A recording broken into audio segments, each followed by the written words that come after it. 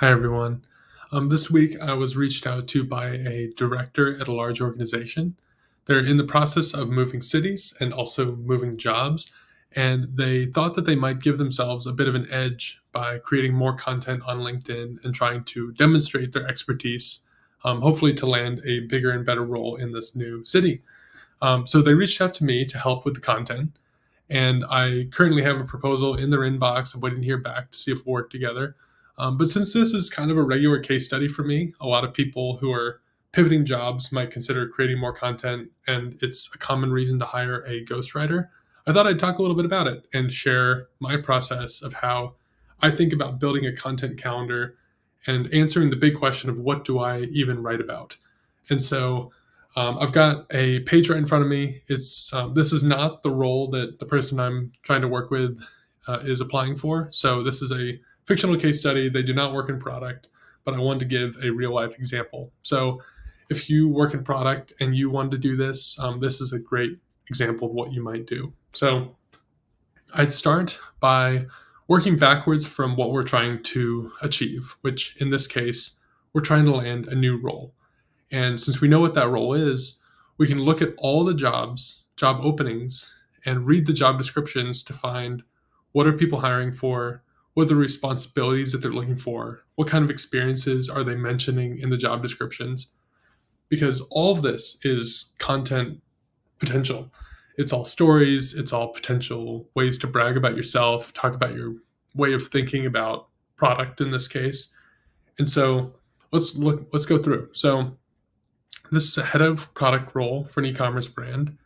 And what I typically look for, and I might look at a couple dozen of these if I'm working with a client trying to pivot roles, and I would just comb through a few dozen of these job descriptions, find the key responsibilities, and try to find really storied moments. So here's a good example: optimize checkout flow. They want to know that you have experience in that. And so if you work in e-commerce, have a background in that, this is a really obvious point that you could create content about. And so what I would begin doing as I'm going through each of these descriptions is I would open a spreadsheet and have three columns. This is the simplest content calendar you can create. First column, topics. You're just copy pasting things like optimize checkout flow in that first column. Second column is your take. What is unique about the content that you're posting? Because with AI now, it's like people don't care about just general thought leadership, telling you about best practices. People want to hear your specific experience with something. And so when I say my take at the head of a column, what I want to hear is tell me the real story, tell me your real reflections on something. If something is an industry best practice, but you disagree with it, tell us your hot take. Tell us why you disagree. Tell us experiences where you've seen the best practice fail. People love real stories. They love seeing where unconventional things work out, or unconventional thinking is what actually works when it kind of circumvents the norm. Um, and on top of that, people really want to just get to know you. And so especially when you're applying to a director or very senior level role, you're not just applying based on what you have accomplished.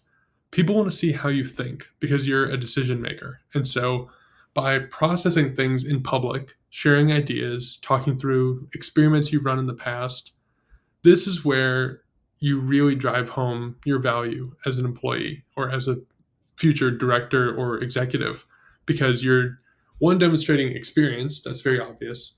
But more importantly, you're demonstrating here's how I think about my job. Here's how I think about the responsibilities that I'm going to take over at your company.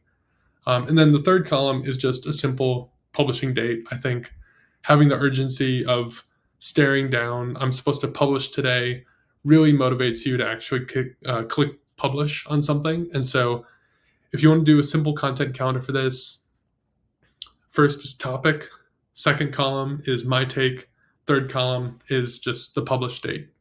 So if you follow those three steps and you just try to get all of your content from job descriptions and just responding to the things that people are already saying that they're looking for, I think that'll just get you ahead of a lot of other people who aren't willing to put in that kind of effort to publish their thinking. It's a lot of hard work to write and to tell good stories. So Good luck out there. Hope this was helpful.